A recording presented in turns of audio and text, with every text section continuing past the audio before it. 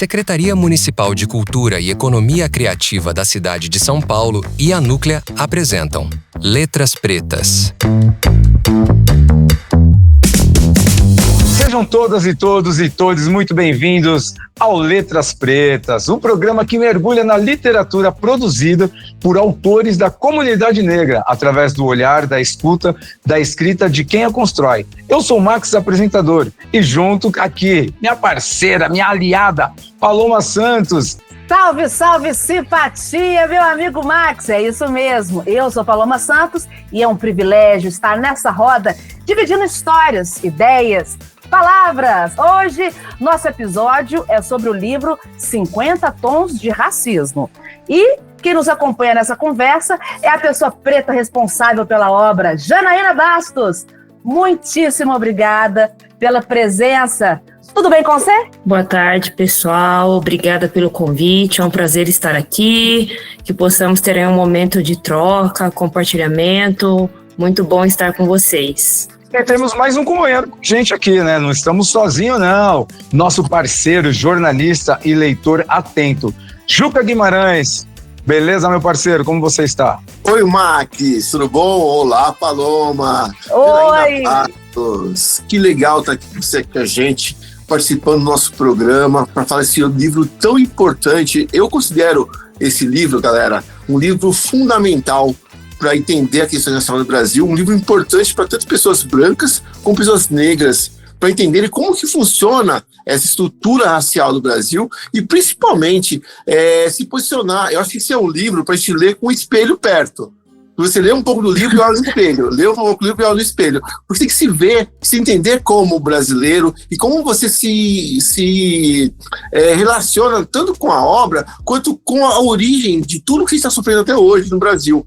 Eu gostei bastante de ler o livro da Janaína e espero ter um papo muito bom com ela hoje. Principalmente para falar um pouco da origem desse livro, porque ele vem de um estudo acadêmico, né, Janaína? Como que você começou a estudar isso na academia e como que esse estudo acadêmico, que era para professores no começo, tinha ligado à educação, virou um livro tão amplo sobre uma questão fundamental do Brasil, que é a miscigenação e como ela é lida hoje na sociedade. Isso, o livro ele decorre da minha tese de doutorado e a proposta era investigar como que a branquitude se estrutura no Brasil, pensando aí na especificidade que marca o nosso país e a partir daí ganhou uma profundidade que acredito que quando o pesquisador ele faz um estudo que entende ser de interesse público, é interessante a publicação. Que legal. E você também traz para a gente essa discussão sobre um termo que é importante, que é a mestiçagem, né? Tipo assim, a mestiçagem é a polarização racial no Brasil. Como que essa polarização se deu na história do país? E, voltando um pouco na conversa, me conta um pouco da formação desse povo brasileiro, da colonização lá em 1500 também foi um processo violento, né? Começou com o genocídio da população indígena, mas também teve um contato ali entre os europeus e os indígenas que já tirou uma primeira geração de mestiços. Como foi isso e que se deu esse encontro? Quando nós pensamos em colonialismo, muitas vezes nós temos a ideia de um movimento praticado por um grupo uniforme de pessoas vindas da Europa. Mas precisamos identificar as diferenças existentes entre os colonialismos.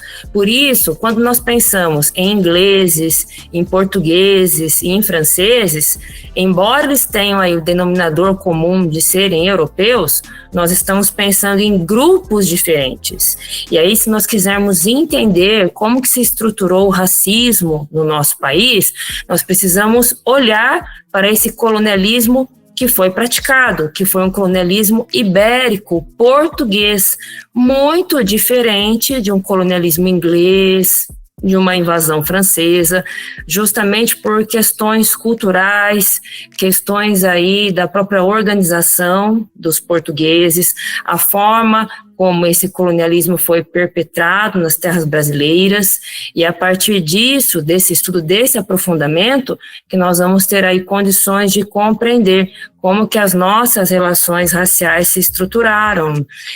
Se nós formos pensar aí, quando você falou dos indígenas, uma tônica que nós não podemos ignorar, pensando em relações raciais brasileiras, é justamente a questão da mestiçagem.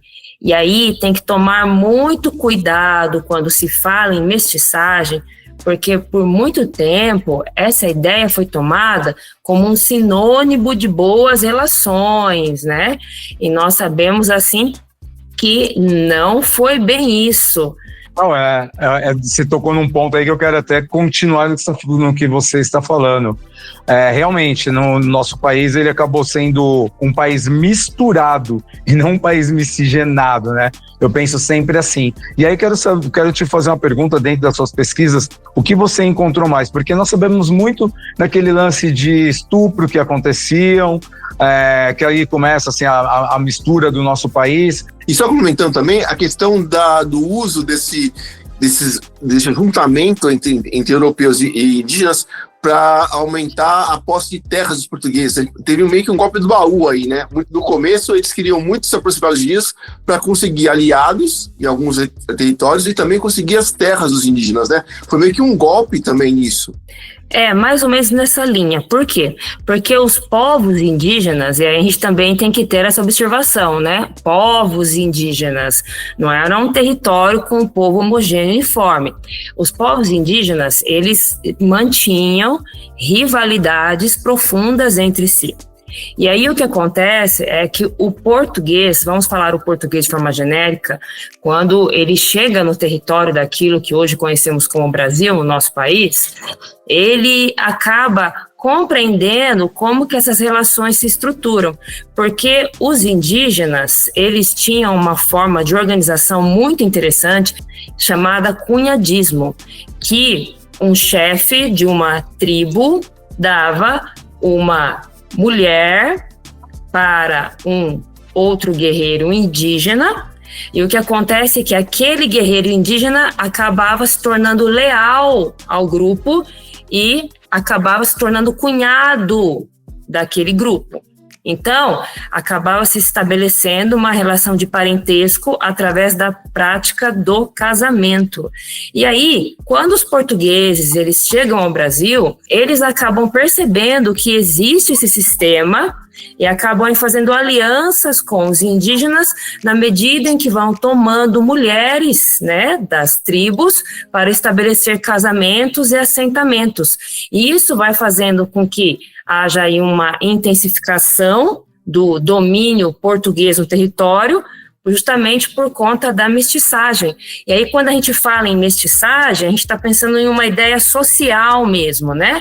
Em uma junção desses grupos, o que não significa que havia uma eliminação das hierarquias, mas sim que vai acontecendo aí uma forma de fazer com que haja um fortalecimento do grupo de colonizadores à medida em que eles conseguem expandir aí o seu território, e esses indígenas que cederam às mulheres acabam aí tendo uma aliança com esses portugueses, inclusive para destruir outros indígenas. Então, essa parte da história é um ponto que muitos historiadores resgatam, né? Inclusive o próprio Florestan Fernandes, que nós vamos ver aí que ele é um dos grandes precursores aí da identificação da desigualdade racial no Brasil.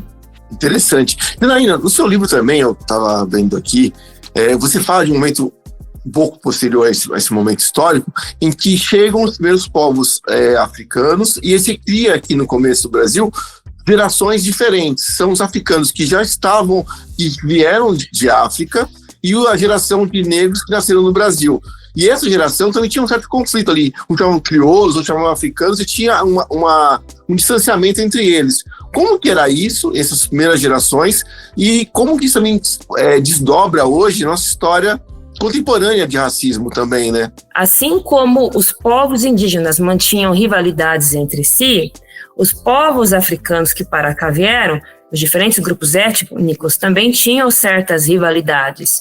E aí é que no caso, os colonizadores souberam explorar essas rivalidades existentes para dividir esses grupos e aí para angariar aqueles que seriam de alguma forma mais propensos a guardar certa fidelidade ao sistema, justamente por conta de algumas concessões aí que acabavam sendo outorgadas, né? Então nós sabemos aí que os pretos nascidos no Brasil, eles tinham aí um trabalho, vamos dizer assim, me fugiu a palavra agora. Penoso, árduo?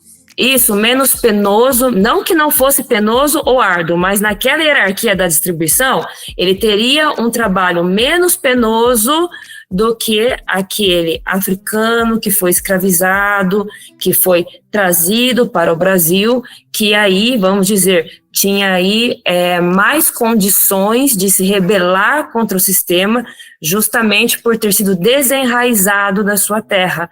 E aqueles nascidos aqui, de alguma forma, não que houvesse uma forma de consentimento, nada disso, houve muita luta, muito conflito e muita resistência, mas eles já não tinham essa mesma rebelião, justamente porque nasceram no Brasil e não foram arrancados da terra, da cultura. Então vejam que é um sistema complexo de relações que o colonizador soube aí tomar parte disso. Deixa eu tentar fazer uma analogia aqui, não sei se faz sentido. A gente pode entender que seria uma torre de Babel que eles usavam, porque se você traz escravizados que não falam a mesma língua, isso ajuda demais a você não facilitar um conluio ou uma rebelião. Sim. Faz sentido? É o dividir para conquistar, né? Se divide para poder conquistar. Então, fica bem evidente que houve todo esse processo de dividir para dominar, né? Aproveitar as divisões, e não só aproveitar, fomentar as divisões, intensificar as divisões, porque à medida em que eu faço pequenas concessões para um determinado grupo em detrimento de outro, eu estou acirrando aí divisões. E pensando, Janaína, nos dias de hoje, essa realidade ainda é um pouco constante no dia a dia. Porque, se pensando bem, no seu livro traz a polarização e a preocupação com 2 pontos, que é trazer o racismo como uma forma de negação, de ele não existir mais, ou então reduzir isso a polarizar entre 2 tipos de expressão racial, ou branco ou negro. E o seu livro faz muito bem essa leitura e essa importância do destaque em se pensar que o Brasil, por conta da miscigenação, tem muitos tons de pele e cada tom de pele tem uma mobilidade diferente na sociedade. Como que essa mobilidade acontece e o que você viu no seu livro destacando de até uma contradição, né, de você polarizar algo que não pode ser polarizado, que é muito mais complexo que uma polarização entre uma coisa ou outra? Sim, porque tem 2 perspectivas aí que não nos ajudam a fazer ciência e a compreender de fato problemas que queremos resolver. A primeira delas é o negacionismo, que é quando eu nego que um problema existe. Então, por muito tempo, o racismo foi negado, negou-se a existência. E até hoje, né, há um discurso de negação que o racismo existiria. E aí, a outra questão, que é o reducionismo, que é quando eu pego um problema e eu reduzo a sua complexidade até para poder ter um entendimento, vamos dizer assim, de alguma forma mais simplória, mas isso não me ajuda a resolvê-lo de fato. Então, quando nós polarizamos, reduzimos a questão racial no Brasil à lógica dual, preto e branco, nós estamos reduzindo o problema. Por quê? Porque nesse intervalo entre preto e branco, existe uma gama de pessoas que, à medida que embranquecem, tem aí algumas concessões que são outorgadas no dia a dia, mas que também sofrem preconceito racial. E muitas vezes, de acordo com a forma como essa pessoa é percebida, que varia conforme a região do Brasil, varia conforme o contexto, conforme questões econômicas, questões sociais, escolaridade, a percepção subjetiva, muitas vezes, do observador, o que ocorre com essa pessoa é é que ela acaba tendo diferentes experiências com racismo, em menor e maior grau, e muitas vezes ela não tem a sua experiência de sofrimento validada e nem a sua identidade validada. Por isso que o que nós precisamos pensar é que essa lógica dual, ela ajuda na denúncia do racismo com toda certeza, mas ela não pode ser cristalizada para nós pensarmos identidade, denúncia e violência, né, que seria essa questão que é muito forte no Brasil quando se usa a ideia da mestiçagem. Você está ouvindo Letras Pretas, nosso programa sobre a literatura produzida exclusivamente por pessoas pretas. Hoje nós estamos conversando com ela, Janaína Bastos, sobre o seu livro chamado 50 Tons de Racismo. Comigo está também o Juca e a Paloma. E eu quero fazer uma pergunta para você, na verdade um comentário até sobre esse lance de tons. É muito engraçado, você falou aí das regiões e tal, aí você vai para o Nordeste, as pessoas pretas são chamadas de morena, né? São chamadas de escurinha, porque as pessoas tinham vergonha de falar aquela pessoa preta que está ali, ou aquela pessoa negra, dependendo de cada região. E você deixa isso muito, muito transparente no seu livro para a gente, para as pessoas entenderem que esses tons, essas diferenças, elas aconteciam por conta de tudo que vem vindo do passado, que vem da escravatura, do que vem rolando para agora. Quero te agradecer muito por ter deixado todo esse contexto dentro do seu livro. Por isso que não é nem uma pergunta, é somente um comentário, né, Paloma? Gente, eu estou encantada porque eu me identifico em tantas camadas, porque as pessoas estão escutando a gente e elas ficam só pensando como que será o físico de cada pessoa que está aqui debatendo, né? Eu sou uma mulher preta de pele clara, a minha autoidentidade é de uma mulher preta de pele mais clara, e você falou uma coisa que é muito interessante, Max, que a passabilidade passa pela questão de, talvez por uma falta de letramento racial, a pessoa quer te promover a branquitude. Então, o moreninha, às vezes, quando eu elaboro, eu sou uma preta, ativa, empoderada, as pessoas, não, Paloma, você é moreninha. Porque na cabeça dessas pessoas, há uma promoção social em renegar, né, em evitar a palavra preta, como se fosse algo negativo. Então, estou dando meu depoimento pessoal, que eu já passei por esse processo de embranquecimento em alguns espaços, e que às vezes a pessoa insiste, inclusive. Não, Paloma, você é moreninha. E eu, Paloma, com esses meus cabelos crespos, que agora já nem tanto tenho na cabeça, mas já tive antigamente, eu ouvi assim, Janaína, nossa, mas você não é nem tão preto assim para você achar que você é preto. Que loucura, né, gente? E, Janaína, como que você viu na sua pesquisa a importância de se debater agora a própria nomenclatura, né, que se usa no IBGE para discutir questões raciais? Porque hoje em dia o termo pardo, que está ali entre o preto e o branco, talvez não seja o ideal para se achar a melhor identificação. É um problema muito complexo, profundo, uma questão muito sensível, porque nós estamos falando aí de dados oficiais. E, a meu ver, o que ocorre a pessoa, em alguns contextos, ela é percebida como preta e ela se percebe como preta por conta da experiência dela, mas quem não a percebe como tão preta fala, você não é tão preto assim, você não é nem tão negro assim. Isso apareceu muito, muito, muito na minha pesquisa. E essa invalidação com a qual a pessoa se depara o tempo todo, até por conta, né, de tratar-se de uma percepção.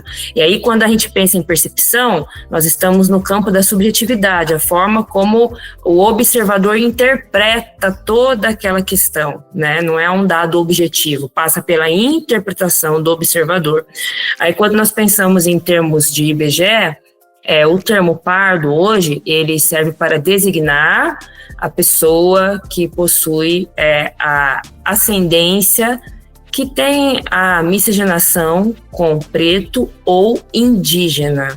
Então, o pardo tem essa questão, porque muitas vezes, nas pesquisas, os termos preto e pardo são designados para fazer referência à população negra. Muitos pesquisadores tomam essas duas referências, mas Oficialmente, no IBGE, o termo pardo também faz referência à ascendência indígena. E nós também temos que entender que há muitos povos indígenas, muitos descendentes, que não são registrados como indígenas e foram registrados como pardos, são percebidos como pardos e se nomeiam como pardos. Então, a categoria pardo, ela acaba sendo aí o nó da complexidade, porque ela nos revela que nem todo mundo que se identifica como pardo está se vendo ali como negro. E nem todo mundo que é identificado como pardo se percebe também como negro. Bem mais complexo do que eu pensava, Janaína, muito mais complexo. Essa parte com os indígenas eu não tinha passado pela minha cabeça, porque para mim, eu sou uma pessoa que posso me dizer uma pessoa letrada na questão racial, mas eu nunca, porque para mim pardo é preto e acabou. Mesmo que o cara se denomine pardo, ele é preto. E você tá me trazendo uma novidade, porque não é bem assim, né? Isso aí implica na mudança de políticas públicas também, né? Eu sempre digo que essas entraves da questão racial no Brasil só favorecem o racismo, porque o racismo ele se apoia na branquitude e no conceito de que o branco não está racializado, então está superior a todo mundo. Então, quando você coloca uma racialização falha no país, sem conseguir identificar exatamente como se posicionar, só favorece ainda mais o racismo. Eu faço comparação com a questão da máfia. Um dos grandes trunfos da máfia, do crime dos mafiosos, é que a máfia nunca se reconhece como existente. Para o mafioso, a máfia não existe. E essa invisibilidade de não existir é o grande poder que influencia no crime. O racismo, que também é o crime, funciona do mesmo jeito. Ele não existe, ele não se mostra e usa dessa malha confusa e complexa para crescer cada vez mais. Isso, os termos que você usou são excelentes. Malha, confusa, complexa. É uma trama feita com muitas nuances aí, com muitos nós, e justamente por isso que nós temos que enxergar essa complexidade, porque muitas vezes a pessoa ela está ali sofrendo preconceito e ela tem a sua experiência invalidada, porque se naquele lugar no qual ela está, naquele espaço, existir uma pessoa que seja percebida por um branqueamento, tanto fenotípico quanto social, ela vai ter o preconceito direcionado contra ela. Só que em outro contexto pode ser que isso não aconteça, e aí ela pode ter a experiência invalidada. Então, uma pessoa que é percebida como branca na Bahia, pode não ser no sul do Brasil percebida como branca. E nós precisamos olhar para essa realidade com muito cuidado, se nós queremos aí enfrentá-la. Quando eu estou num bate-papo de questão de reconhecimento e tal, eu gosto muito de usar a Alicia Keys. A Alicia Keys nos Estados Unidos, a cantora Alicia Keys, acredito que todos os ouvintes aqui a conheçam. Quando ela está nos Estados Unidos, é uma mulher preta, empoderada e tudo mais. Quando ela vem para o Brasil e faz o show dela, o que eu ouvi de pessoas falando assim, nossa, mas ela não é preta. Ela não é preta. Por que a gente fala que ela é preta? Mariah Carey é um outro exemplo também. Sim. Que as pessoas pegam e acham que não é uma pessoa preta. E trazendo para o nosso país, Camila Pitanga, muita gente acha que Camila Pitanga, só por causa do nome do pai, né, acaba sendo pessoa preta, senão ela, em alguns lugares, ela não seria reconhecida como pessoa preta. Exatamente. E eu sei que a Paloma vai me puxar, porque infelizmente, a gente já está indo para o nosso bate-papo final, e eu quero passar a palavra para você, Paloma, por favor. Não, na verdade, eu queria fazer só um comentário da decisão da escolha da capa, que eu achei genial, porque é uma tela, né? A Redenção de Cã, de 1895, de Modesto Brocos, que faz justamente essa redenção, digamos assim, né, da paleta de cor, vamos colocar assim, porque essa teoria, né, bíblica de que os africanos têm uma certa maldição de cor e que no Brasil a redenção viria pela mestiçagem e pelo embranquecimento. Eu achei essa capa muito interessante. E de onde veio a escolha dessa capa? É justamente para fazer a síntese da sua pesquisa?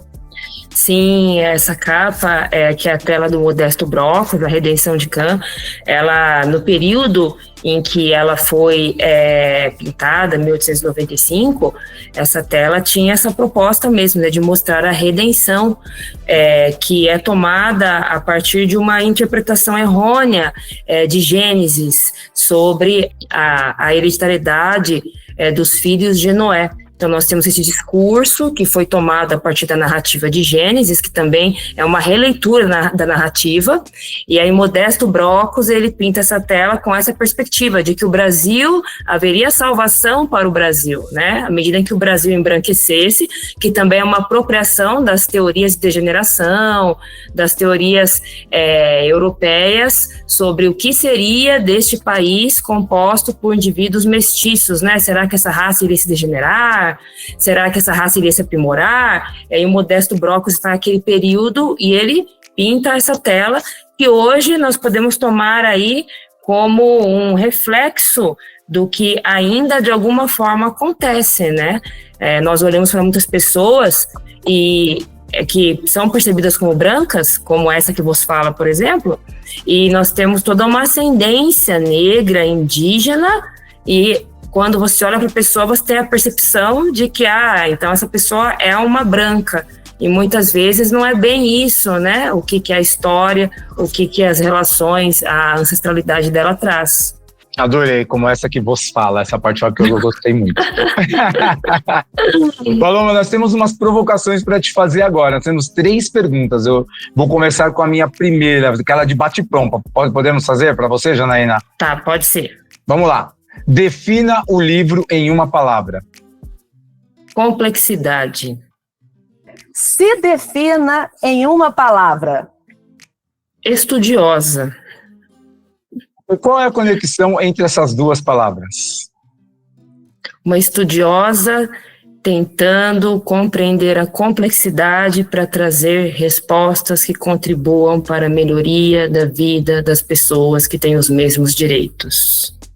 Muitas palmas para essa resposta, muito bom. Gente, eu acho que o livro 50 Tons de Racismo, da Janaína Bastos, é uma leitura obrigatória, independentemente do seu tom de pele ou da sua origem. É o livro que a gente lê, compartilhar, discutir e parar de evitar assuntos espinhosos do nosso dia a dia. Então, a sociedade é ampla, é diversa. A gente não pode fechar os olhos o que está acontecendo à nossa volta. O maior jeito de combater o racismo é entender como ele funciona e se entender na sociedade. Então, o livro da Janaína traz pra gente uma possibilidade de ver o mundo com outros olhos, se ver no espelho, olhar o outro, identificar o que a gente está achando do nosso mundo e melhorar ele de uma maneira. Então, Janaína, parabéns, e fala pra gente o que você espera que o livro cause nas pessoas. Qual a sua intenção de reflexão para quem lê o seu livro?